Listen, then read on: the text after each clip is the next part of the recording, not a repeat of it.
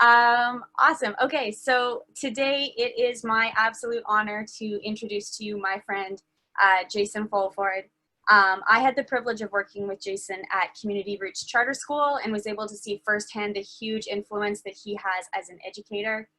We bonded, of course, through our love of running and talking about our training for the 2019 New York City Marathon. Not only is Jason an inspiration in the classroom, but he is an inspiration in the community as well. Jason is a Gowanus, Brooklyn native. He is the coordinator of community programs for Community Roots Charter School. When he's not working, he's likely running as a member of Black Men Run and the Running Edge. He is also known as the cousin of Eric Garner, who died on July 17th, 2014, when a New York City police officer tackled him and put him into a fatal chokehold. Garner's dying words, "I can't breathe," helped galvanize the Black Lives Matter movement to protest racial injustice in America. 5 years after Garner's death, Jason partnered with Overthrow NYC to host the Run for Justice 2019. And this year, the run is back and will be held on July 18th. So Jason was also recently featured in The New Yorker and was interviewed just last week with Runners of NYC. So please give a warm PPTC welcome to our speaker, Jason. Thank you so much, Leanne. And it's my pleasure to be the guest this evening. And I just want to say, Leanne, it was great working with you and sharing that space. And I'm so glad that we were able to connect and do this. And you got me prepared for this. And I just want to say hi to everyone. Again, my name is Jason Fulford, and I'm honored to be the guest speaker because I actually started my running career running in Prospect Park. So Prospect Park is very dear to my heart. And I've always noticed you guys as a track club, especially, you know, at some of the races and just seeing you guys be together and represent for each other and support each other the way I think a track club should do. And, you know, it's an honor to be speaking with you guys.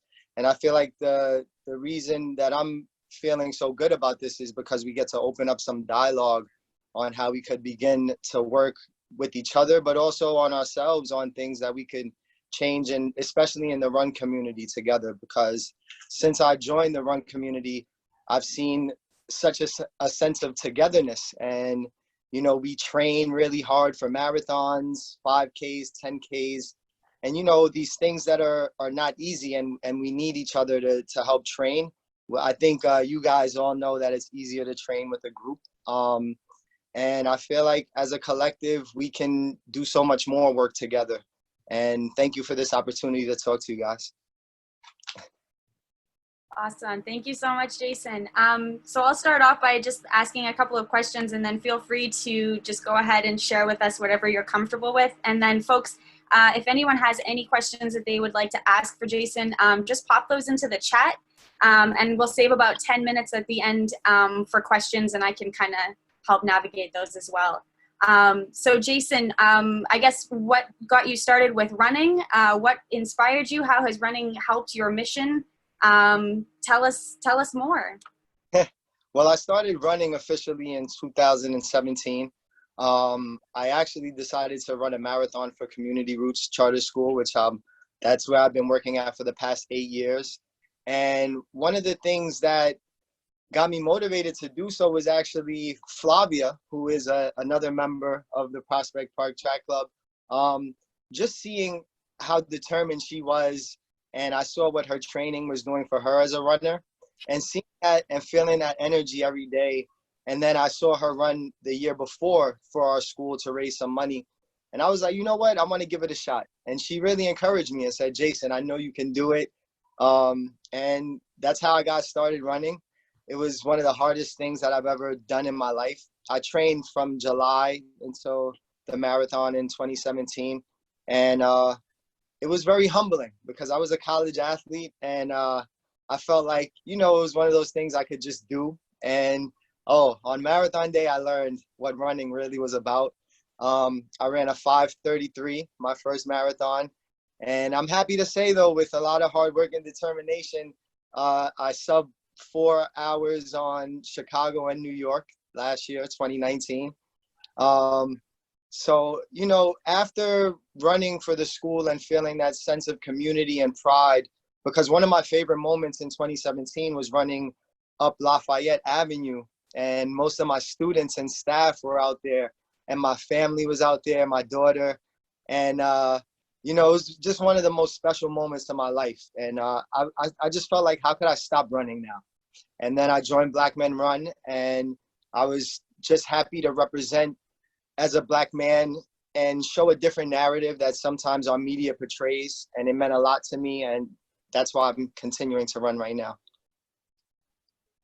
Awesome. Thanks, Jason. And then can you tell us more about how running has influenced your role as an activist? Well, one thing that I've seen is the support that you get in the running community. And I felt like since I was getting to know so many people in the running community and starting to build friendships and relationships, that it was, let me take my skills as coordinating things in my school as a community and try to use those same skills in the running community. And, you know, for me, it's just very personal. As you mentioned before, Eric Garner was my cousin. And I think what hit me this time around with George Floyd was I just didn't believe that it could happen again, you know? And after kind of like feeling like that wouldn't happen again, and it just being so traumatic when I saw the George Floyd tragedy, it really like made me want to just be as active as I can be. So I've been a lot more outspoken, and the New Yorker magazine reached out to me, and I felt like I was ready, and I shared my story, and I really was happy with the way that it came out. And they also agreed to come to Gowanus, where my parents were raised, and Eric actually grew up there. So I wanted to tie the story into that, where he grew up as a kid. And also, you know, speaking up again about when I was 13 years old, someone else who was 13 years old in the Gowanus community, Nicholas Hayward Jr., was murdered by a police officer while playing with a toy gun in the stairway. And, you know, I guess it also brought a lot of that back. I think when I was 13, I didn't really process it the way I process it now. And his father recently passed away. And after Nicholas died, pretty much his father dedicated his life to being an activist. And I felt like I really wanted to represent for his family as well as mine. So I've been really trying to do as much as I can. Great. And so what are some of your goals as an activist moving forward? Really to just create awareness and to kind of just have these talks and open up some dialogue. I think that one of the things that's important is we all share different perspectives. And I think the more that we listen to each other's perspectives, it becomes teachable moments, you know. And I feel like being an educator, and I think you would know a little bit about it as well, Leanne, especially at Community Roots, you know, we're a progressive school, we're intentionally diverse.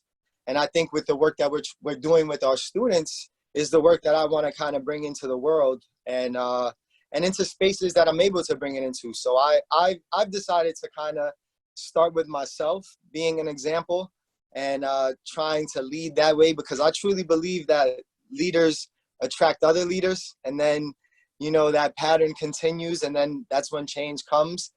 And I like the momentum that started right now, and I feel like it's going to be a marathon, and we're only like on mile 1 or 2, but we're here, and let's not treat it as a sprint. Like, let's treat it as a marathon, because I've recently said to myself, like, I want to learn more. And I even did something on Juneteenth, which was special because it was a part of history that I never was taught in school, you know, growing up.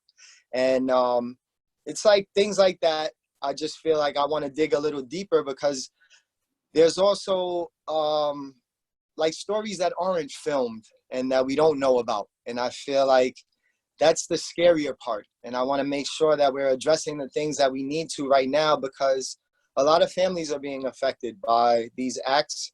And I know that firsthand, because I know the effects that it's had on my family. And, you know, I just want to do my part in being the human that I feel like I'm capable of being, and just bringing people together and figuring out a way where we could work together.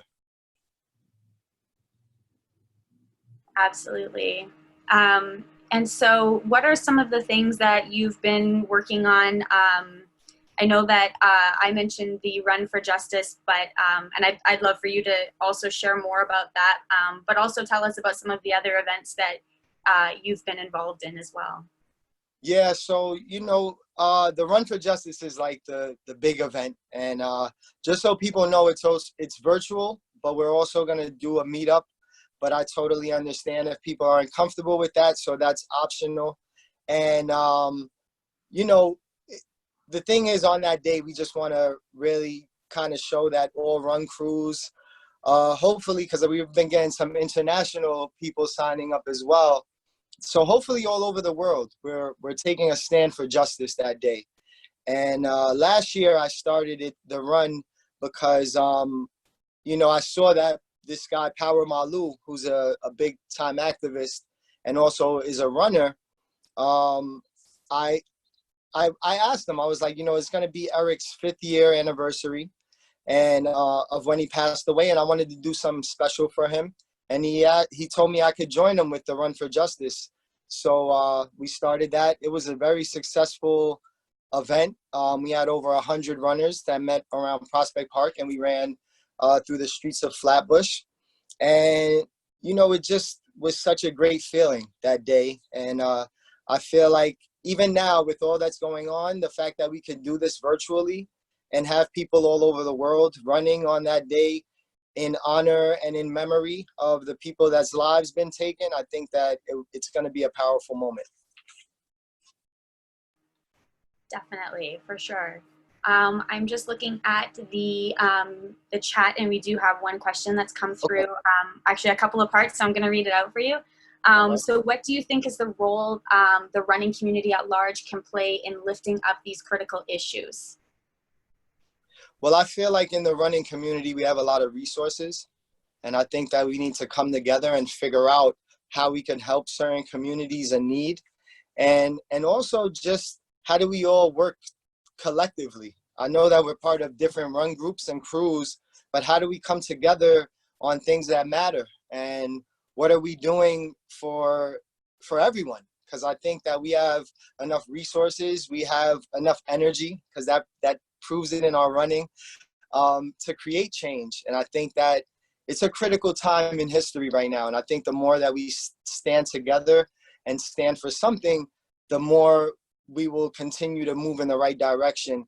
And I think that there's so much power in the run community as far as like the strength that people display on an individual level when we're running marathons and all the things that you have as individual goals, but also as a group, which you guys prove when I see you guys out there together, unified. And I just think like now's the time. We still definitely should focus on running, but let's focus on how we can improve things that we know need our assistance. Absolutely. And then there was just a second part, and I think you started to answer it a little bit, but the second part to the question was, how can PPTC support this work? So do you have any other things or suggestions that you think that we as a club can do to help support this? Yeah, I mean, I feel like we all know what we're facing right now. And I think that with a lot of division being created with a lot of these things, I think your role is just to show that you stand with us, you stand in support of the movement, and wherever you feel like you can fit in and help. I think it starts on an individual level, and you work on yourself. Then you work as a group to kind of come together and say like, hey, I've been thinking about doing this. And it could start very small. I think that the thing I've learned with community work is you start very small and then you see where it can go. So it could be as small as like just figuring out maybe what schools or what communities are in need that's close by Prospect Park, and see like what kind of event you might be able to put on. And I say that with also inviting myself to help out and assist with that. So I don't just say that to say, hey, like just go figure it out. Like I'm also willing to help you guys in any way when you want to like create something that could impact, especially the youth. I think the youth is suffering the most right now. So I think the more we can focus on them and educate them and show, you know, how unified we are as a running culture and community, I think it can go a long way. Absolutely, totally agree with you on that, especially with starting small in the community. It makes such a huge difference. Yes. I'm just continuing to look through the questions in the chat. So another question we have is, what are your thoughts on making the running community more diverse? What does that look like for you, and how can we get there? Well, I think that there's already been some steps made in that. Like, I think the running community is becoming a little more diverse. I know when I grew up, I didn't know anyone that was part of the running community that, you know, was from Gowanus or the area I lived in. And I think that's the thing too, maybe being a little more visible while during runs in certain communities and just trying to show, like, you know, we're willing to run by here on our route. I think we kind of sometimes get stuck to our routes that we love, but I think that what I've noticed from running in certain areas is it brings life, you know, like people love to see other people running. And I think the marathon, like that day, shows how much the whole city enjoys it. And I think the biggest thing about the diversity is, like, let's make sure that there's entry points for everybody, you know, like whether it's your run crew or other spaces that you're involved in. And just make sure that it's a space that everyone feels welcome, and, you know, maybe kind of have uncomfortable conversations, because I think the main thing that we have to do is kind of unpack some of the biases that we all hold. And I think that this has a lot to do with history and things that we didn't have control over. But I feel like now with all the information in front of us, we do have the control to change it. So I think, you know, let's start trying to change certain things that we all kind of fall victim to at times. Definitely. I'm just going to keep going through these questions. So the next one we have from the Divines says, one of the most frustrating things lately has been to hear, let's keep the politics out of running. How do you respond to that sort of statement? I feel like that's kind of saying, like, let's keep long runs out of marathon training, you know? I feel like politics and real issues are something that should be talked about, especially in the running community. And it's just something that can't be left out. And I feel like it's important that we all get on the same page, especially because these are people that we're putting a lot of time, we're investing a lot of time in, especially when, you know, you're running with people and training together, you know, you're putting those hours in. So I feel like what better a time than to talk about things that matter, especially politics, which is right now at the forefront of what we're dealing with. Because the reality is too, like, a lot of laws need to be changed. A lot of things that are political need to be changed. So if we run away from that, I think we're running away from the problem. So I think that I'm the opposite on that. Like, it needs to be right in the middle of running, you know, like right between you and that person that you're running with. Like, it needs to be there, because it's important that we have these uncomfortable talks. Absolutely. I see a lot of clapping and head nodding and thumbs up all around. I think we're, yeah, definitely agreeing with you on that for sure. So we have a few more questions coming through. Can you talk a little bit about how the news of Ahmed Alis' death affected you and your running club and your friends, and how New York Roadrunners didn't address it, and what kinds of conversations and topics came up? Well, I mean, that was a very hard tragedy to hear of. And for me personally, I mean, running is like the one time I feel like completely free. So, you know, to see that happen, to hear it happen, and then also the way the law handled it, right? So it's not just about the incident. It ties into, you know, how laws and what kind of privilege is involved with laws at times. It kind of gave us a little bit of everything. And, just to know that he was lacing up his shoes when he left his home to go for a run, and we know the outcome. It hit our group hard, and I think a lot of people aren't, we don't talk about it all the time, but it's something I think like we can't get over. Like there's no quick fix to that. Because I think running is like a safe space for most of us, I mean, some have grown up in neighborhoods, a little honest. So I feel that, with that being said, it's already some things that you're dealing with in your communities that you want to change, because that's another thing. I'm a big advocate of speaking up on like violence within the community. So now we see something like this, it's like, wow, like this is so hurtful. And how did that happen? How did someone just going out for an innocent run wind up being murdered?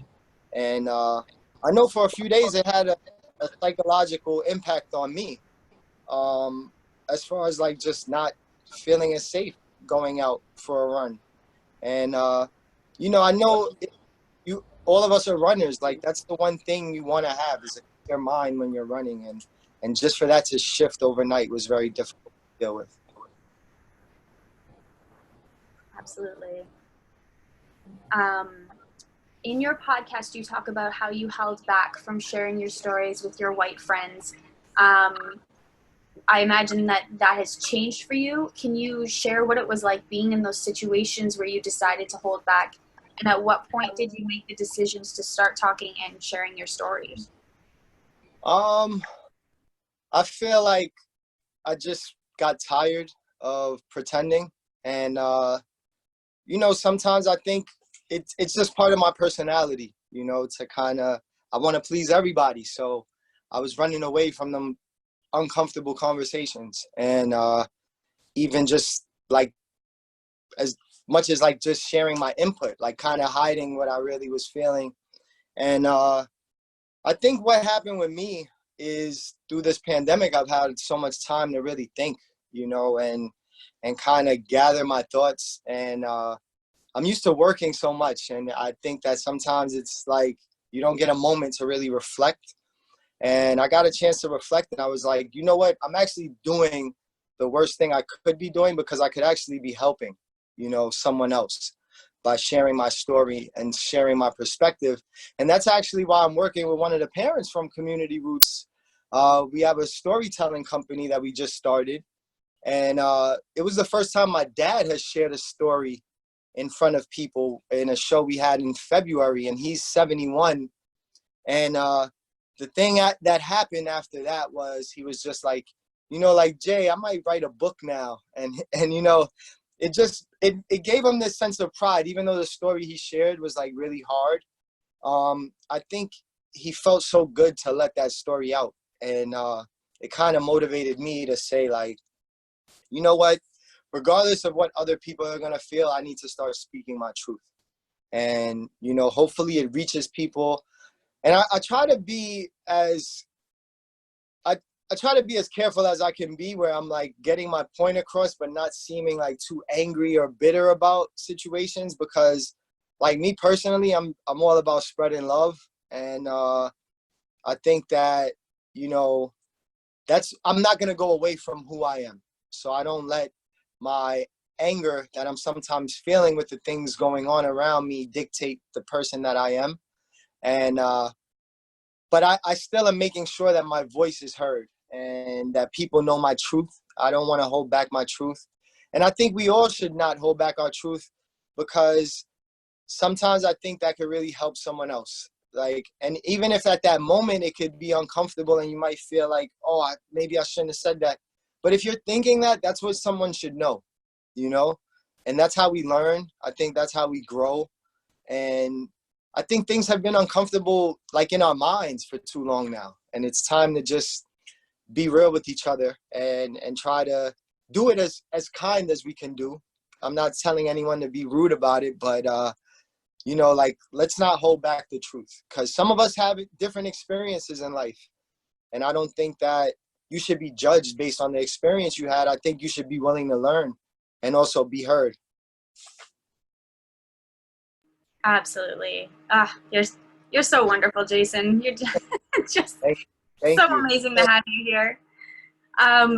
We still have a few more questions if you still have the time for us. Yeah, Um, definitely.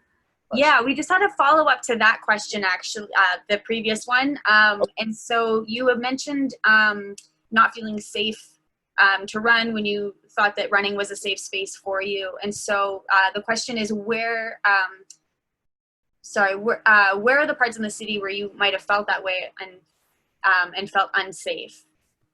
Um, I wouldn't say that there were any parts of the city. I just feel like, me being a black man, just not feeling protected. I think that's more of what it felt like.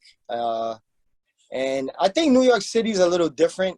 So that's why like it kind of was a feeling for maybe a couple of days and then went away, because we do live in a very diverse city. And personally, I feel super safe almost everywhere that I run. And I even run in Brownsville and East New York, but I feel safe at all times. But I think that's more of the word that I was meaning to use, like just not feeling protected. And I think it's a little deeper because I also haven't felt protected by police officers. So it's like, that just added another layer to that. And I've actually had encounters with police officers while running. So that's also felt, like one, insulting, but two, scary, and especially like I like to dress nice, in the nice Nike stuff when I'm running. And it's like I know I'm looking like a runner, so why would you stop me? But unfortunately, that's sometimes the reality, especially of a black man. Yeah, and that's, I mean, you said it. It shouldn't have to be the reality. And so in staying in that vein, sorry, I'm just trying to find the next question here. So how can we normalize this movement so that supporting and standing up for a community of color runners is not just a current event trend, not just something that we're doing temporarily, that we want to have real change that's lasting? Yeah. What can we do? Well, see, the thing that I feel is like right now everything is trending, right? So a lot of people are involved, and I think there's going to be a time where that fades away. And I think that once this isn't the trending topic and we're returning like to more like not discussing these topics anymore, I think that's when you need to remain consistent.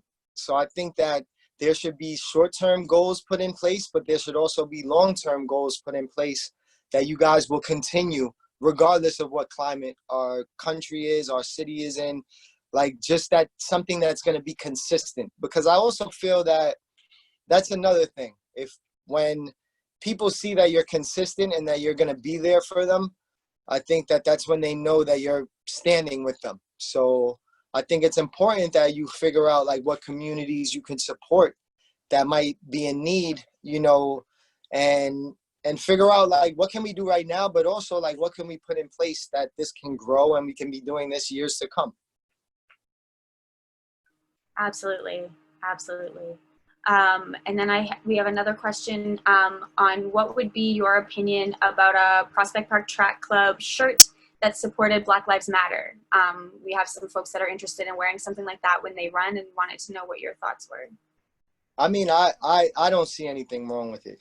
And I feel like, it's one of those things like, if you do it, you might have a few people that might feel away, but if you don't, you're going to have some people that feel away.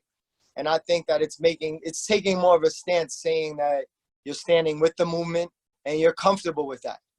Because I think that's one thing that's happening right now. There's a lot of division created, when people just want to show support, and I feel like never feel like you can't support a movement, especially this movement, because I feel like you guys showing that you're allies to the movement could really be like a great example, not only to the run community, but other run groups, and kind of just, I would say there's gonna be criticism either way. You know, it's sad, but that's just how people are. And if people want to do that, I say go for it, and I stand with you on that. Awesome. Lots of questions still coming in. So the next one, we need large systemic change, but on a micro level. Can we help if we see somebody who's being stopped? So a person who is Black while running, what can we do in the moment? Record with our phones? Is that helpful? And if not, what is helpful? I would say, like, you know, stay around the area and kind of just see what you can say, or just maybe record it, you know, kind of assess what's going on. I think your presence, though, at that moment could really de-escalate what could be escalated, you know. So I would say, you know, don't put yourself at risk, because I know how cops can be, but at the same time, like, just kind of stay in that area to make sure that something doesn't happen, like the things that have been going on. Yeah, definitely. And next question, what can running clubs do to be more welcoming to minorities?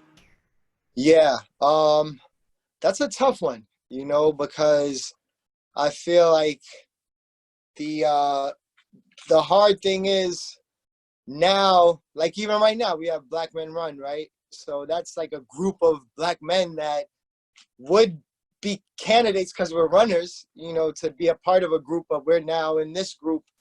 And but I feel like doing some of this work that we're talking about will attract people, like a more diverse group of people, you know, and being seen and visible in certain communities.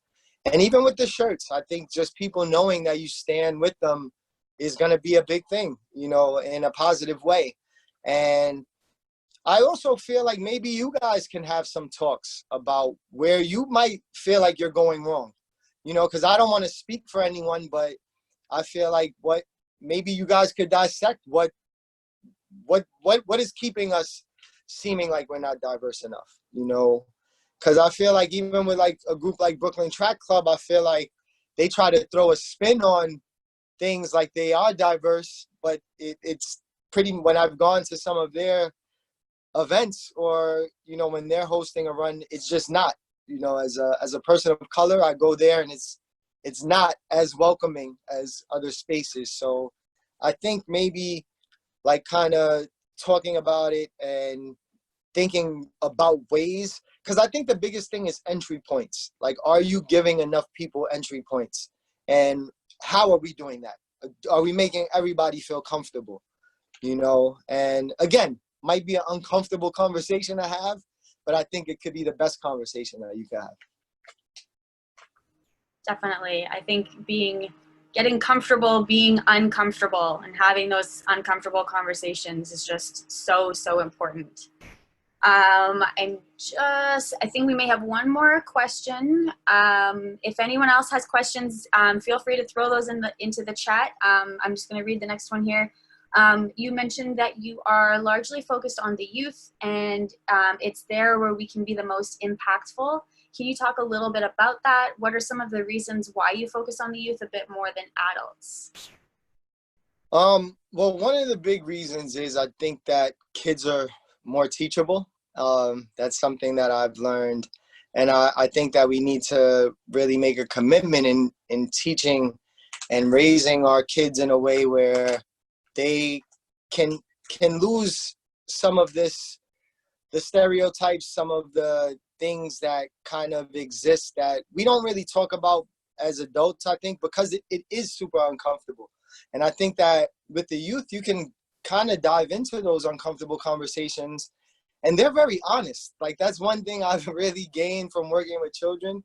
They will tell you exactly how they're feeling every day, you know, and whether it's a good feeling, a not so good feeling, an angry feeling, whatever. And I kind of just love being around that honesty, and it keeps me motivated. It gives me hope. And one thing I really am trying to focus on is, and I want to just present to you guys as a group, is I think that certain kids and communities are on like food deserts and I'm trying to make sure that all neighborhoods have access to good food. And, you know, I think because a lot of kids have a lot of hurdles to jump over, and that's just like an added hurdle, you know. And I just feel like until education and things like that, what I just brought up about the food, until those things are changed in every community, I think we're all failing, you know. And I think that's why I spend so much of my time with youth and trying to build up youth, because I do feel like we can create change, but I think that there's so much that's going to be necessary to like change history and change the things that we've been taught. I think it needs to carry on through them. So that's like my biggest reason for doing that. And I have a 13-year-old daughter. Well, she'll be 13 in August, and she's my biggest motivation. So, you know, she makes me want to work with more youth and just do my part to make sure that they have the future that they deserve.